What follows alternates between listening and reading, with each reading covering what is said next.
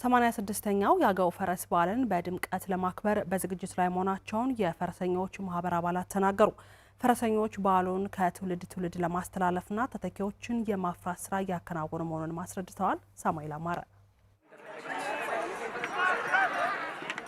ከ65,000 በላይ አባላትን ያቀፈውና በድንቅ የፈረሶች ትርኢት ታጅቦ በየዓመቱ በድምቀት የሚከበረው የአገው ፈረሰኞች ዓመታዊ ክብረ በዓል ዘንድሮም ለ86ኛ ጊዜ በመጪው ጥር 23 በእንጅባራ ከተማ በድምቀት ይከበራል። የበዓሉ ድምቀት የሆኑ ፈረሰኞችም በዓሉን በድምቀት ለማክበር በዝግጅት ላይ መሆናቸውን ተናግረዋል።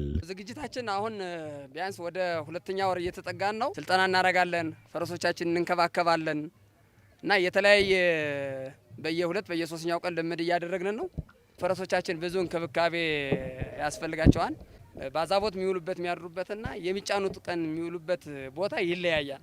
ምክንያቱም እንዳይቆሽሹ በዋናነት ለባህላችን ድምቀት እንዲሆን ነው፣ ውበት እንዲሆን ነው። ባህሉን ለማክበር ዝግጁ ሁነን ቀርበናል። ፈረሱን ማጠብ ተመሳሳይ የሆነ ለሱ የሚመጥነውን ገብስ ሳር መመገብ ነው። በሰዓት እያዩ ከ2 ሳምንት አንድ ጊዜ እያጠብነ ከቤት ለፀሐይ አናስመጣቸውም። በቤት ላይ ነው የምናውላቸው። ታሪክን ከባህል ጋር አስተሳስሮ ዘመናትን የተሻገረው ይህ በዓል ከትውልድ ወደ ትውልድ እንዲተላለፍም ተተኪዎችን የማፍራት ስራ እየሰሩ መሆናቸውን ገልጸዋል። የ10 ዓመት ልጅ አለኝ። በተቻለ መጠን አሁን ልምድ ያደርጋል፣ ያጥባል፣ ማጠብም ጀምሯል። ታሪኩንም እያወረሱ ግልቢያ ላይም ትንሽ ከብት ስለሚበዛ እሰጋለሁ እንጂ እንቅስቃሴ እያደረገ ነው። አሁን እኔም ለልጄ ለማውረስ ዝግጅት ላይ ነው ያለሁት።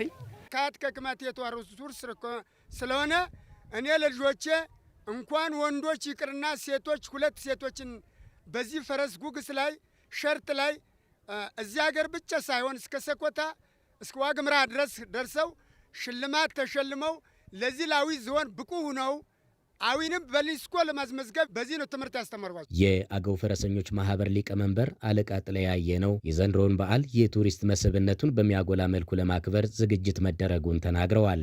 ማህበሩ 86ኛውን የፈረሰኞች በዓል ለማክበር ዝግጅቱን ጨርሷል።